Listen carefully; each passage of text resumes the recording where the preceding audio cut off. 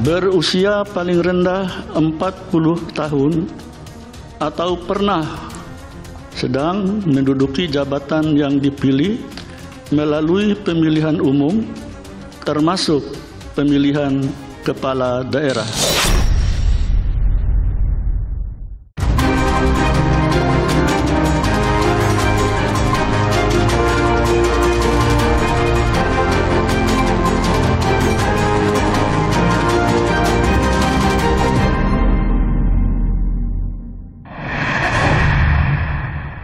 Mahkamah Konstitusi tolak batas usia Capres-Cawapres 35 tahun. Namun, orang yang pernah atau sedang menjabat kepala daerah boleh mencalonkan diri di Pilpres 2024. KPK dan PPATK usut dugaan aliran dana korupsi Syahrul Yassin Limpo ke Partai Nasdem hingga miliaran rupiah. Kereta cepat Jakarta-Bandung, Wush, resmi beroperasi 18 Oktober 2023. Pengamat transportasi publik soroti biaya pembengkakan proyek kereta cepat. Halo saudara, bagaimana kabar Anda? Semoga Anda selalu sehat. Selama 30 menit ke depan, laporan khusus kembali hadir dengan sejumlah informasi penting dan menarik lainnya. Selengkapnya, informasinya bersama saya, Gracia Adur. Inilah laporan khusus lengkapnya. Saudara, Mahkamah Konstitusi tolak batas usia Capres-Cawapres 35 tahun. Namun, Hakim MK memutuskan orang yang pernah atau sedang menjabat kepala daerah boleh mencalonkan diri di Pilpres meski belum berusia 40 tahun. Putusan MK itu disebut jadi karpet merah putra sulung Presiden Joko Widodo sekaligus Wali Kota Solo, Gibran Rakabuming Raka, maju di Pilpres 2024.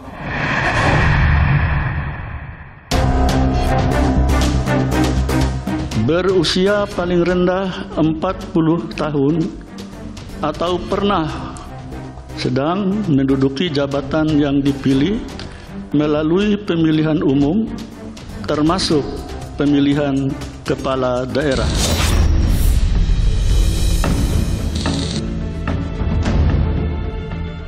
Teka-teki gugatan batas usia Capres-Cawapres terjawab sudah. Hakim Mahkamah Konstitusi memutuskan menerima sebagian tuntutan syarat jadi Capres-Cawapres. Meskipun menolak batas usia jadi 35 tahun, namun Hakim MK mengabulkan syarat orang yang pernah atau sedang menjabat kepala daerah boleh mencalonkan diri di Pilpres. Hakim MK menilai kepala daerah sudah berpengalaman dan dipilih melalui pemilu yang sah di daerahnya. Meski MK mengabulkan sebagian tuntutan syarat peserta Pilpres, 4 hakim punya pandangan berbeda atau dissenting opinion. Salah satunya adalah Hakim MK Saldi Isra yang menyebut keputusan berubah saat Ketua MK Anwar Usman terlibat mengambil keputusan.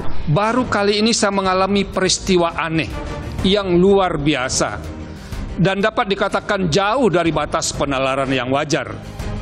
Mahkamah berubah pendirian dan sikapnya hanya dalam sekelebat.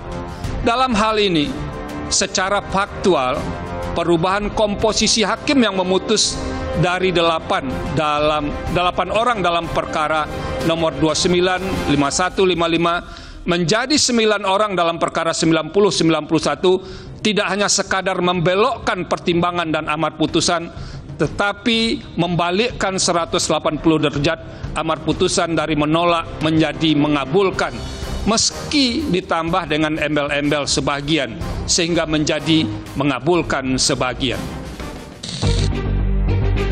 Satu gugatan bernomor 90 terkait pengalaman sebagai kepala daerah yang dikabulkan MK berasal dari seorang mahasiswa hukum Universitas Surakarta bernama Almas Sakib Biru. Putusan MK ini disebut jadi karpet merah putra sulung Presiden Joko Widodo sekaligus Wali Kota Solo, Gibran Rakabuming Raka, maju di Pilpres 2024. Bagi saya, relevan publik berdialektika dan membangun diskursus soal putusan ini dan kepentingan pragmatis di belakangnya, kepentingan politik praktis di belakangnya, karena seorang hakim pun mempertanyakan itu dan bahkan membuka secara terang benderang dinamika perbedaan putusan antara yang dihadiri 8 hakim dengan yang dihadiri oleh 9 hakim, di mana itu melibatkan Ketua Mahkamah Konstitusi yang juga publik sama-sama tahu ya, memiliki hubungan keluarga dengan nama yang digadang-gadang akan kemudian punya peluang maju melalui putusan 90 ini. Merespons putusan MK yang memuluskan langkah Gibran, sejumlah aktivis menggelar maklumat keprihatinan. Direktur Amnesty International Usman Hamid menilai putusan MK sebagai bukti penguasa saat ini sangat kuat dan reformasi kembali ke titik nol. Reformasi kembali ke titik nol. Mundurnya reformasi ditandai dengan merosotnya demokrasi dan diperburuk oleh fenomena politik dinasti. Meski masih menuai pro dan kontra, palu hakim MK sudah diketuk. Komisioner Komisi Pemilihan Umum bahkan menyebut putusan MK yang sangat dekat masa pendaftaran Capres-Cawapres 2024 tak jadi penghalang. Normalnya memang cukup lama, tapi kita kembali kepada penjelasan pasal 10 ayat 1 Undang-Undang Nomor 8 Tahun 2011, putusan Mahkamah Konstitusi berlaku sejak dibacakan. Partai Gerindra yang kerap menggadang-gadang Gibran sebagai baca pres potensial Prabowo Subianto pun menyambut positif putusan MK. Wakil Ketua Umum Gerindra Habibur Rahman mengatakan koalisi parpol pengusung akan segera membahas bakal cawapres Prabowo usai putusan MK memuluskan langkah Gibran. Gibran menjadi cawapres 3 hal. Pertama, regulasi. Kalau regulasi memungkinkan. Yang kedua, kalau para ketua umum, kalau Pak Prabowo dan ketua umum partai politik pendukung menyetujui untuk mengusung. Ketiga, kalau yang bersangkutan berkenan. Sementara itu, Wali Kota Solo Gibran Rakabuming Raka enggan menanggapi putusan MK dan potensi Gibran menjadi bacawa presnya Prabowo Subianto. Untuk putusan MK, saya kembalikan lagi ke MK. Kalau mau bertanya detail masalah klausul ini itu, tanya ke pakar hukum, tanya ke penggugatnya. Urusan capres, cawapres, itu urusannya para ketua umum. Jika Koalisi Indonesia Maju setuju menyandingkan Prabowo Gibran, lampu hijau dari Gibran Rakabuming Raka pun dinanti. Pasalnya, Gibran masih terdaftar sebagai kader PDI Perjuangan, parpol pengusung baca pres Ganjar Pranowo. Mas Wali Gibran, apalagi dengan Pak Jokowi, apalagi dengan ketentuan Ketua Mahkamah Konstitusi yang dinilai masih adik iparnya Pak Jokowi, kami sudah berhitung betul ya. Wacana publik yang kita lihat ya, sampai hari ini kami masih percaya Pak Jokowi tidak mengeskenariokan itu.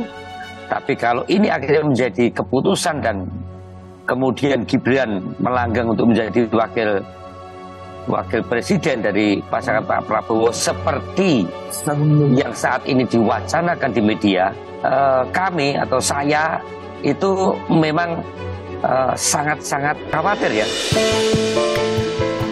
Sementara baca pres Ganjar Pranowo menilai publik harus menerima putusan MK. Tidak ada misal, MK itu kan final and binding, maka kita hormati saja keputusan yang ada dari institusi resmi negara ini. Ya.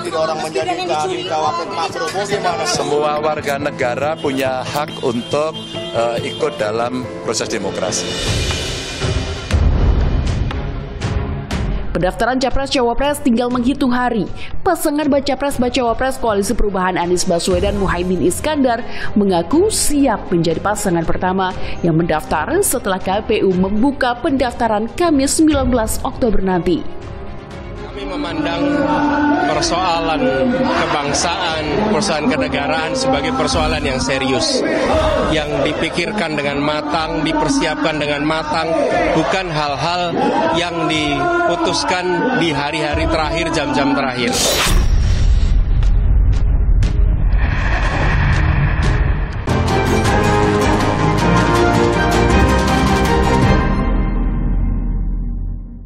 Saudara, Komisi Pemberantasan Korupsi usut dugaan aliran dana korupsi Syahrul Yassin Limpo ke Partai Nasdem hingga miliaran rupiah.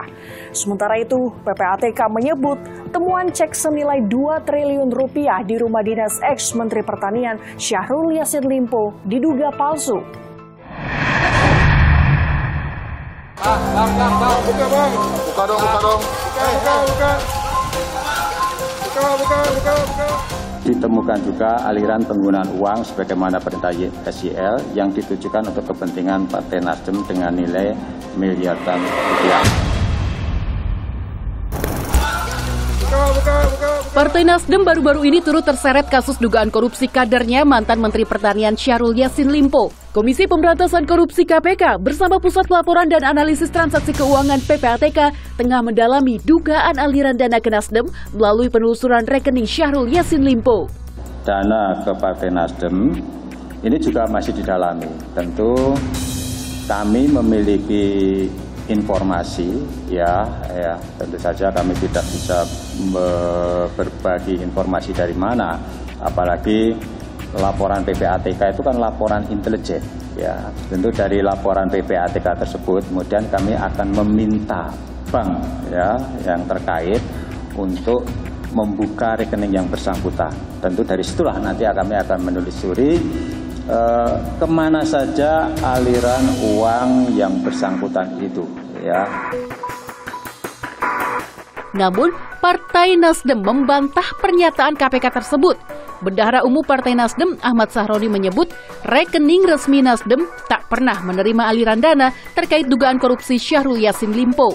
Saya selaku Bendahara Umum tadi malam sudah mengecek langsung ke rekening partai, resmi rekening partai, bahwa kami tidak pernah menerima aliran dana dari informasi yang Pak Alex sampaikan. Yang kita sayangkan, kenapa mengasumsikan langsung bahwa aliran tersebut ke Partai Nasdem.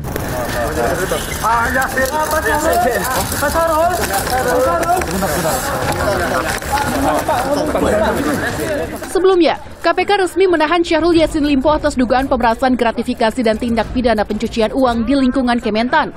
Syahrul Yassin Limpo menyatakan berkomitmen pada proses hukum, namun meminta publik tak buru-buru menghakiminya.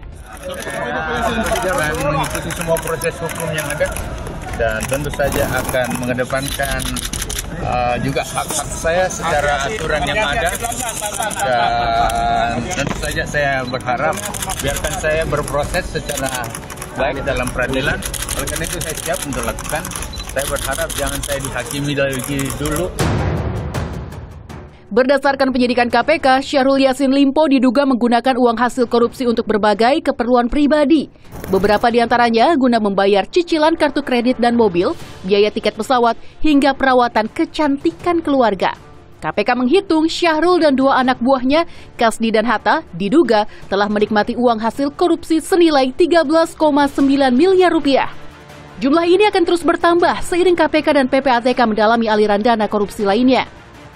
Salah satu yang juga diselidiki KPK adalah cek bank senilai 2 triliun rupiah yang ditemukan saat penggeledahan di rumah dinas Syahrul Yassin Limpo.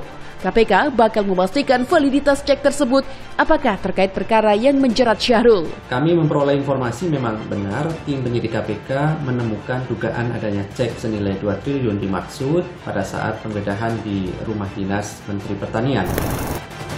Namun, PPATK memastikan cek 2 triliun rupiah tersebut palsu dan nama yang tertera dalam cek pun terindikasi penipu. PPATK pun telah melaporkan perkembangan transaksi keuangan dugaan korupsi Syahrul Yassin Limpo kepada Presiden Joko Widodo pada Kamis lalu. Beberapa kasus saya sampaikan kepada beliau dan perkembangan terakhir. Beliau memberikan arahan terkait dengan tugas fungsi kami. Thank you ya, makasih ya. Kasusnya apa aja? Ya, kasusnya apa aja Pak? Nanti ya. Contoh kasusnya. Contoh kasus Pak. Yang berkembang sekarang lah pokoknya. Pak, termasuk soal SYL ya Pak ya? Iya semua ya. Pak, aliran-aliran gimana Pak? Ya, makasih ya. Ahli Hukum Pidana Universitas Al-Azhar Suparji Ahmad menilai Partai Nasdem beresiko menerima sanksi jika terbukti menggunakan aliran dana korupsi Syahrul Yassin Limpo untuk kegiatan partai.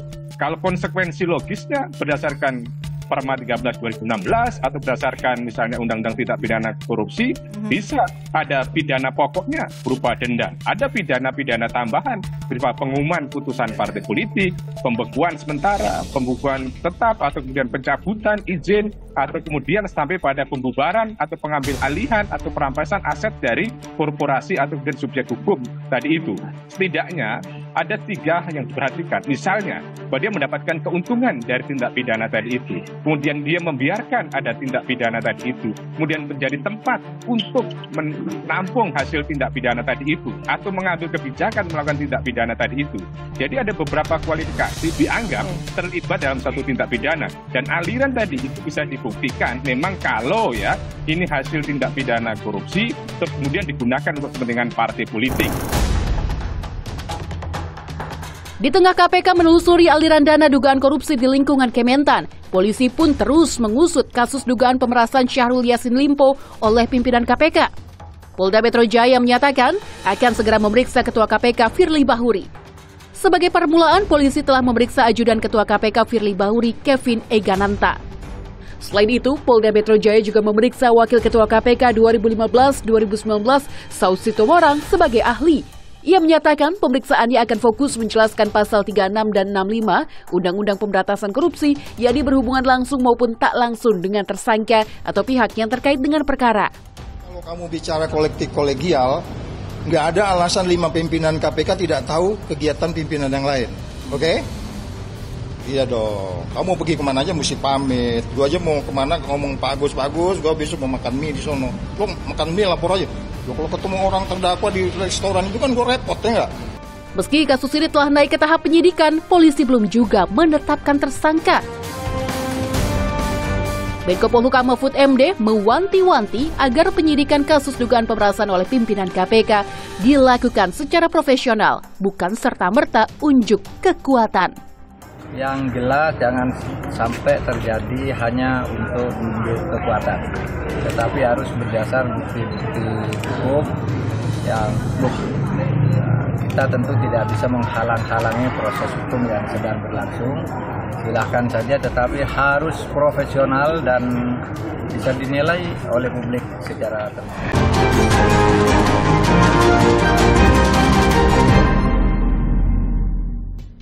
Kereta cepat Jakarta-Bandung Wush resmi beroperasi 18 Oktober 2023. Pengamat transportasi publik menyoroti adanya skema penyertaan modal negara untuk menutup biaya pembekakan anggaran pembangunan kereta cepat hingga triliunan rupiah. Namun Wakil Menteri BUMN menyebut utang proyek kereta cepat Wush jadi tanggungan PT Kereta Api Indonesia.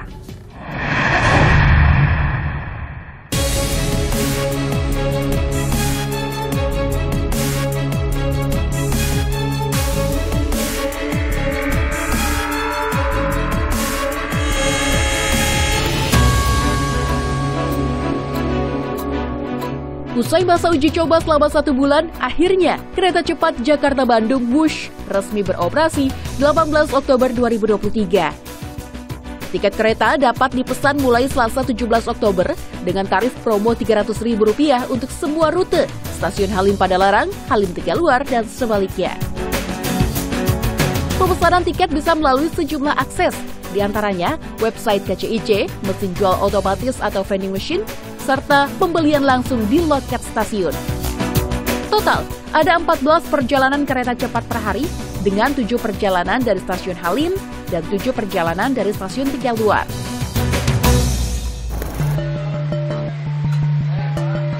Sementara itu, Menteri BUMN sekaligus Ketua PSSI Erick Thohir menyebut kereta cepat Wush akan jadi alat transportasi panitia dan para pemain Piala Dunia U17.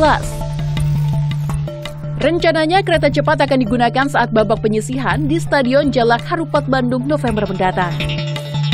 Para peserta yang akan bertanding di U17 khususnya membantu transportasi perpindahan antara Jakarta-Bandung dan Bandung-Jakarta pada tentu bulan 10 November sampai 24 November karena itu pas waktunya dari babak penyisihan sampai 16 besar. Alhamdulillah FIFA tadi responnya positif untuk penggunaan kereta Wush atau kereta cepat untuk bisa menjadi bagian daripada program U17. Kereta cepat Wush menambah alternatif moda transportasi rute Jakarta-Bandung dan sebaliknya. Sebelumnya PT KAI memiliki KA Argo Parahyangan dan kereta panoramik yang tergabung dalam satu rangkaian. Lantas, apa perbedaan ketiganya? Tarif kereta cepat Wush masa promo Rp300.000 dengan pemberhentian terakhir stasiun Tegaluar Kabupaten Bandung. Untuk melanjutkan ke stasiun Bandung, penumpang harus lanjut menggunakan kereta pengumpan atau feeder dari stasiun Padalarang. Total durasi 50 menit dengan rincian Halim Padalarang 30 menit dan Padalarang Bandung 20 menit. Sedangkan kereta api Argo Parahyangan, tarif sekitar Rp150 hingga Rp200.000. Durasi tempuh 2 jam 45 menit dengan pemberhentian terakhir stasiun Bandung. Sementara kereta panoramik Jakarta-Bandung memiliki tarif Rp400.000 dengan kapasitas 38 kursi satu gerbong berdurasi 2 jam 45 menit. Sepanjang perjalanan, penumpang akan disuguhkan pemandangan dari jendela kaca berukuran besar. Proyek kereta cepat Wush menghabiskan dana $7,27 miliar Amerika Serikat atau setara Rp108,14 triliun. Biaya investasi proyek kereta cepat mengalami pembengkakan atau cost overrun, yaitu $1,2 miliar Amerika Serikat atau sekitar Rp18,44 triliun. Pengamat transportasi publik menyoroti adanya skema penyertaan modal negara atau PMN sebesar Rp3,2 triliun untuk menutup biaya pembengkakan anggaran pembangunan kereta cepat. Kalau saya lihat APBN-nya sebesar itu, katakan untuk PMN cukup besar kan, itu kalau bisa bangun pabrik transport di daerah mungkin lebih 100 kota akan didapat. Nggak usah yang jalur kereta lah, cukup dengan jalan raya. Nah, ini kan bisa jauh lebih baik ya. PT KCIC mengklaim pembengkakan biaya terjadi karena beberapa faktor perubahan, di antaranya pembebasan lahan, pembangunan fasilitas, kondisi pandemi COVID-19, hingga perubahan desain akses menuju stasiun kereta cepat. Namun Wakil Menteri BUMN Kartika Wirjoatmojo menyebut utang proyek kereta cepat Wush tidak akan dibebankan kepada masyarakat, melainkan tanggungan PT Kereta Api Indonesia atau KAI. Saat ini, pemerintah bersama PT KCIC dan PT KAI masih menghitung potensi pendapatan tiket dan negosiasi maintenance operasi kereta cepat.